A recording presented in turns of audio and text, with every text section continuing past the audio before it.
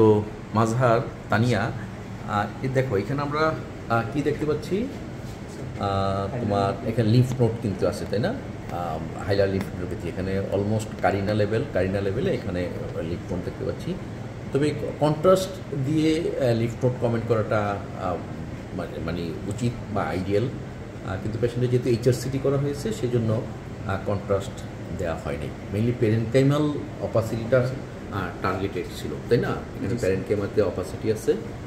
তো কিন্তু তুমি যদি সার্কোডোসিস চিন্তা করো তাহলে কন্ট্রাস্ট সহ অ্যাডভাইস করবা, কারণ সার্কোডোসিসের শুধু প্যারেনকাইমেই না, লিফ নোটও তো মানে ইনভলভমেন্ট হয়। তো এখানে দেখো এই যে ডেফিনেটলি লিফ নোট, এবং এখানে প্যারেনকাইমাল অপাসিটি তো আছেই। তুমি খুব মাইনরলি দেখো যে পেরিলিম্ফিটিক নডিউল কিন্তু আছে, তাই না? এই যে একটা রেখা বরাবর তোমার অনেকগুলি নডিউল তানিয়া দেখতে পাচ্ছ, পেরিলিম্ফিটিক নডিউল। তো পেরিলিম্ফিটিক নডিউল কিন্তু আমাদেরকে সার্কোডোসিসের দিকে গাইড করে, তাই না? আমাদের কনসেন্ট্রেশনটা সেদিকে নিয়ে নেয়। এখানে দেখো পেরিলিম্ফিটিক নডিউল আছে। তো একটা পেরিলিম্ফিটিক নডিউল, তারপরে বাইলে বিএইচএল এবং আদার নডিউলও আছে পেরিলিম্ফিটিক ছাড়াও। তো আমাদের সার্কোডোসিসটাই ডায়াগনোসিস, তাই না? Radiological diagnosis. তো পেশেন্টের হিস্ট্রি হলো হুট করে কি ওনার অবশ হয়ে গেল, হাত না পা, নাকি হাত পা ছিল, পরে হাতও দুর্বল হলো, তাই না? তাহলে কোয়াড্রিপ্লেজিয়া। তো অন দিস ব্যাকগ্রাউন্ড আমরা ব্রঙ্কোস্কোপি বা CD4 CD8 রেশিও সেগুলো অ্যাডভাইস করেছি। আর সেটা যদি তোমার সাজেস্টিভ নাও হয়, একটা নিউরো সার্কোডোসিস চিন্তা করে তাকে কিন্তু আর্লি আমাদের ট্রিটমেন্ট দিতে হবে, এবং টিউবারকুলোসিস এক্সক্লুডেড। এবং টিবির পক্ষে ওনার তো এই যে এখানে যে কানের কাছে এটা ফুলে গেছে, তাই না?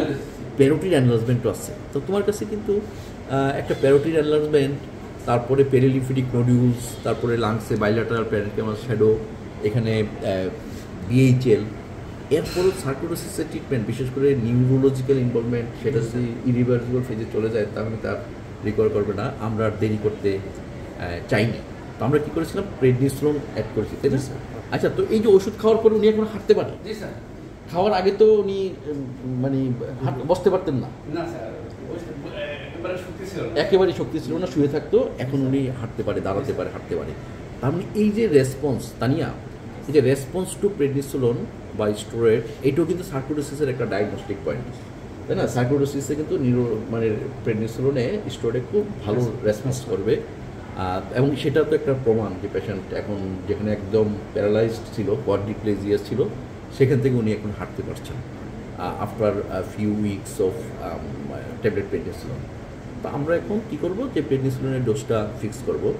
তো যে ভুলটা হয় সার্কোডোসিসে কী হয়, যে পেশেন্ট একটু বেটার ফিল করলেই প্রেডনিসোলোন কমে যায়, বা আমরা 2-3 মাস একটা আমাদের মধ্যে একটা ভদ্রমূল ধারণা থাকতে পারে যে কয়েক মাস তো হলো, বন্ধ করে দিই।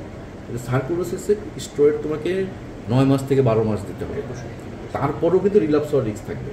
আর তুমি যদি আরও আগেই ছেড়ে দাও তাহলে কী হবে, পেশেন্টের রিল্যাপস ডেফিনেটলি হবে।